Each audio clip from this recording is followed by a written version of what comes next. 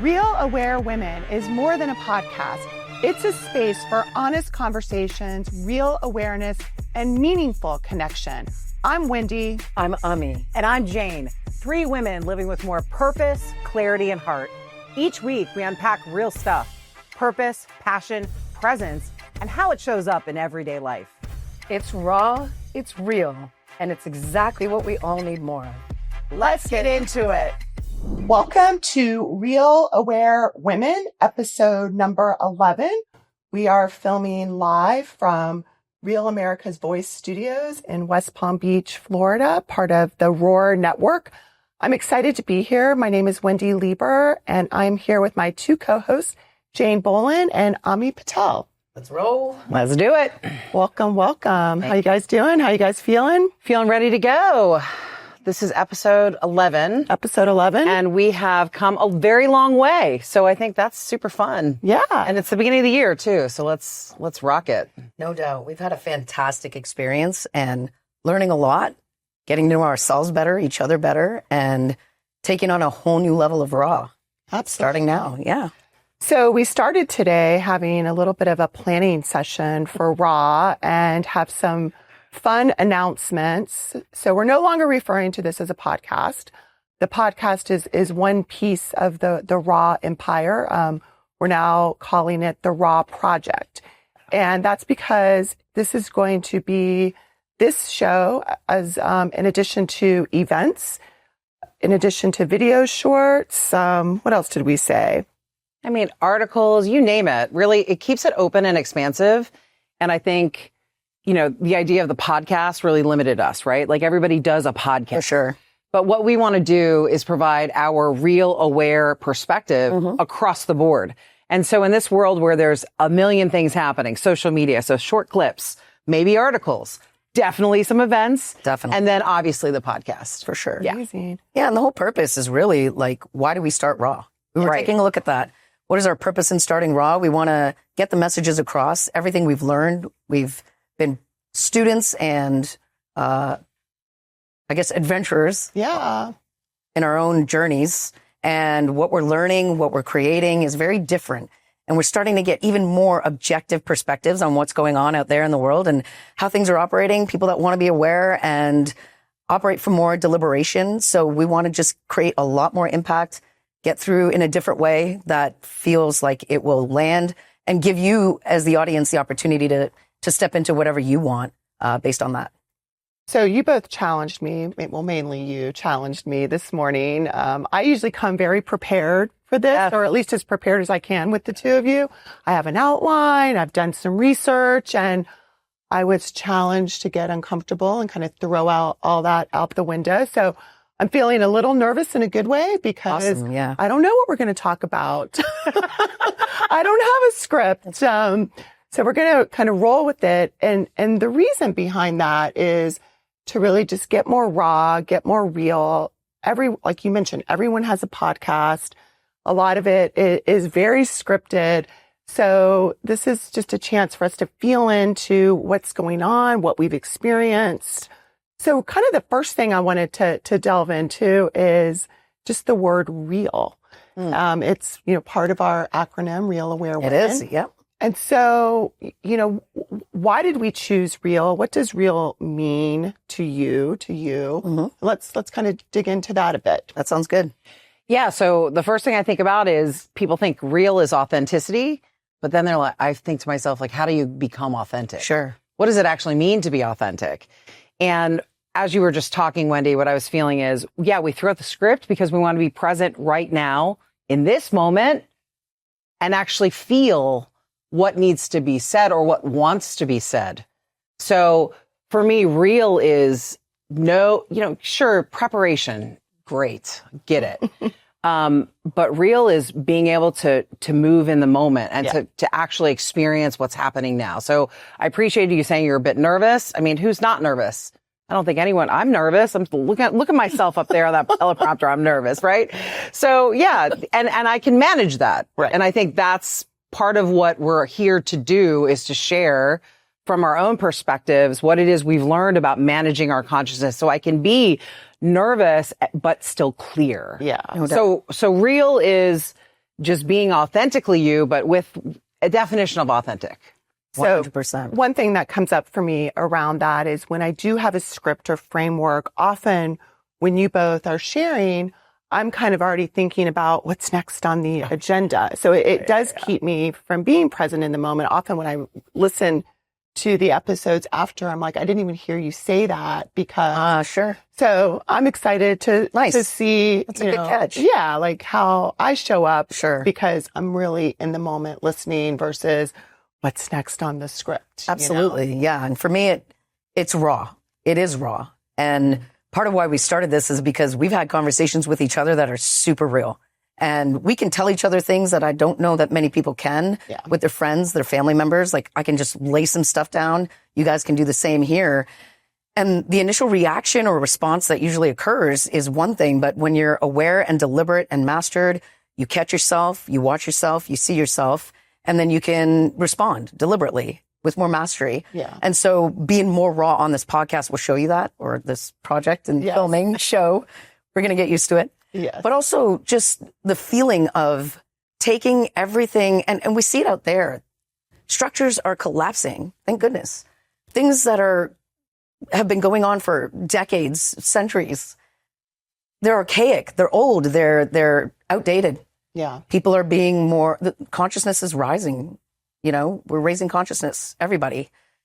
So catching up, but also using our ability to, again, be objective and create more of a vacuum to change the game. Yeah. Yeah.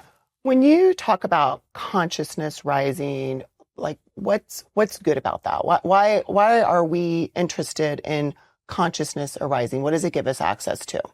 So number one, what it means to me is everybody is able to be more of who they are, more of their true self.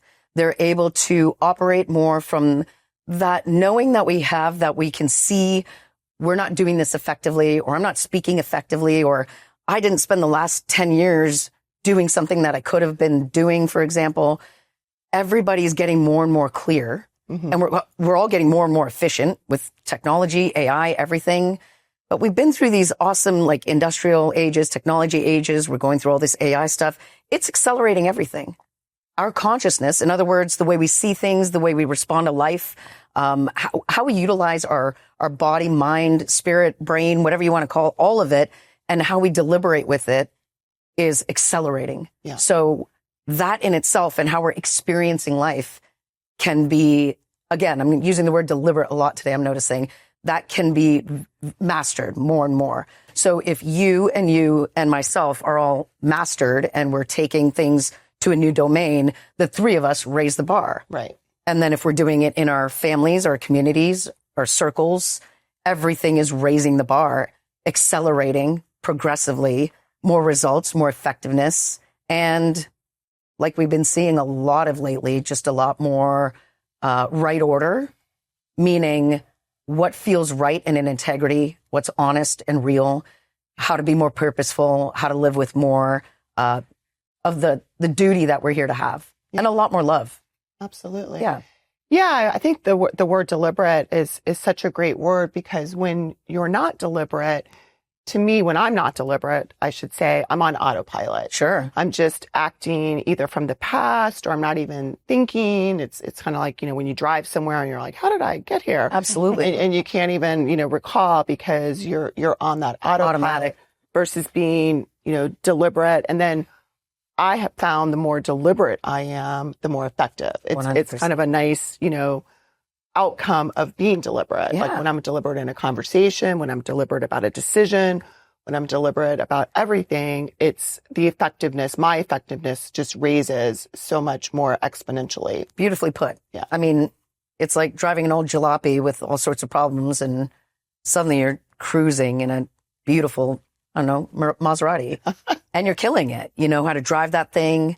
You know how to be very deliberate with it. You know how to take those turns. I mean, you really are just accelerating the way you're using this thing. Yeah, absolutely. Yeah, I was feeling, just as you guys were talking around vibration and like, why are we doing this? Yeah. Because I think the reality is everybody wants to live their ideal life. For sure. 100%, right?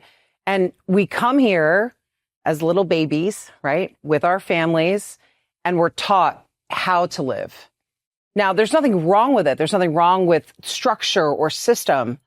But like you just said, Ami, everything's accelerating so quickly. I mean, we went from literally agricultural to industrial, and now we are on this tech boom. 20 years ago, you didn't even have one communication device, and now you have hundreds. Yeah. Literally. So why are we doing this? Because raising the vibration is what's required for consciousness is also moving in that direction, right? Definitely. And so ultimately, I think our audience, I want you to know this is about you. This is about you living the life you want. And by me living the life I want, Right. by me becoming more mastered and more aware, I naturally impact you. This is the water drop. Bing, and everything goes out. So, wow. So you're saying that we can each be individuals. We don't have to fit in and have the same opinions about things. That's right. And life will exist. Exactly. I mean, one of the things I was just feeling is when I was growing up, it was like you're going to get married and you're going to have kids and it's going to be awesome. And that is a beautiful existence. Sure thing. Lovely. And I started to question myself, is there something wrong with me in my 20s? Like, why do I not want to do that? And then you start to compare and then you start to box yourself in. And then I started creating beliefs. And then I created this whole identity of like, well, I chose to actually be a professional. And then there's something wrong with you, Yeah. right? And then I look down on mothers. Sure. That's insane. Thank you, mothers. Yeah. Are you joking? Right. But the response also that I've seen in the world is, well, now maybe we should change the tax code. We should change something else. Like where we try to fix what we see as the problem, but we're not really just looking at what's really happening, which is, oh, wow, we were all indoctrinated with a certain set of beliefs and we can all choose our beliefs. To your point, Wendy, you can be 100%. sovereign. Yeah, which ultimately is freedom. Yeah. Yes. This is about freedom of the individual in every way. And many people are talking about freedom right now, and I'm grateful for that. So many people are talking about freedom, and that's great. And everybody's having their own angle, taking different avenues to create more freedom for self and other. This is what we're talking about for freedom. Individuality, total faith in self and trust in self. First of all, getting to know yourself well enough that you can trust it. That inner knowing, that wisdom, that intuition we all have. I mean, it's as simple as going to a restaurant and just, boom, that's what I want to eat. Yeah. Or deciding on, that's what I'm going to wear today, which exit to take, whatever. Intuition and wisdom is in all of us. The more we grow it, the more we connect with it, the more we're aware of it, then we can use that as our beacon, our light. Yeah. Then it's like, this is what I really want. But it does, to your point, hit a lot of walls out there. Yeah. True freedom, true sovereignty, true independence, is going to hit some walls. And the more we're aware of those walls and how to even deal with those walls, like, hey, this is for me. Can I have the confidence, the boldness, the self-trust, the self-love, value, respect, honor to be like, no, this is who I am. I love being me. I love what I've decided for me. If I'm doing that, if you're doing that, and if you're doing that, and we synergize together, it's going to be a beautiful song. Absolutely. A beautiful song. And then so on and so forth. Like you were saying, the ripples outward. Yeah. So I think going back to why aren't more, well, we often think we are being real. We are being authentic. We are being honest, and we are to the degree we are. But often we hold back, or I hold back.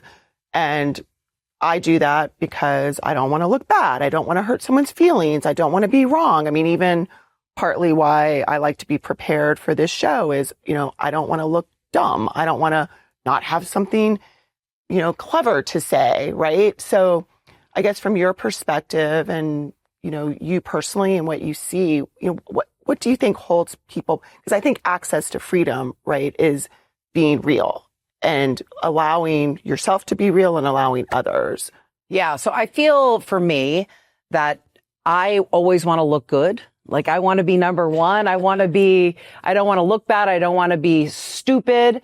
I want to be top of the class, even though I may not have the grades. But I want to be popular. That's it right there. I want to be liked. Mm-hmm. Everybody wants to be liked at the deepest level.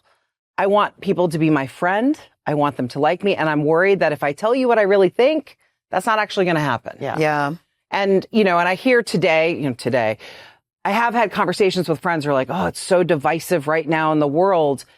Yeah, okay, it is. And people are holding their truth.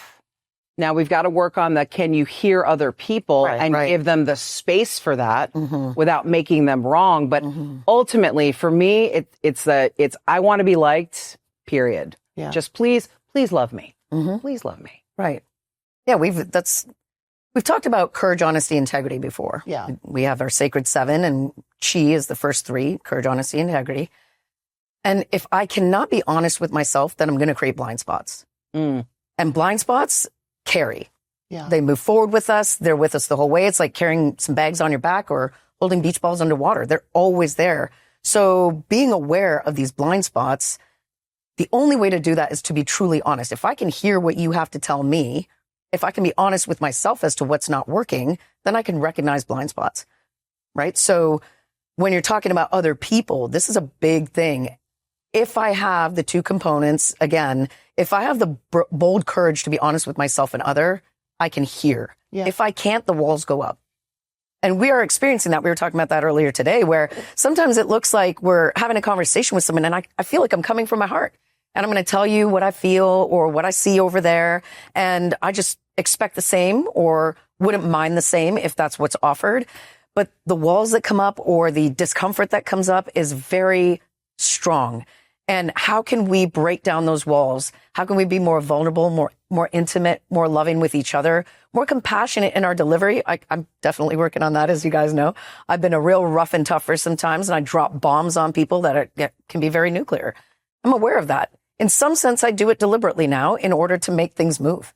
In other sense, I feel like, hey, let me be more compassionate with what's going on here and feel into the rhythm such that it's inviting and it's free, it's open and provides the space, but I still get the job done with the aggressiveness if need be, the intensity and the ruthless, ferocious honesty that I really do like to have with myself and have that with others as well.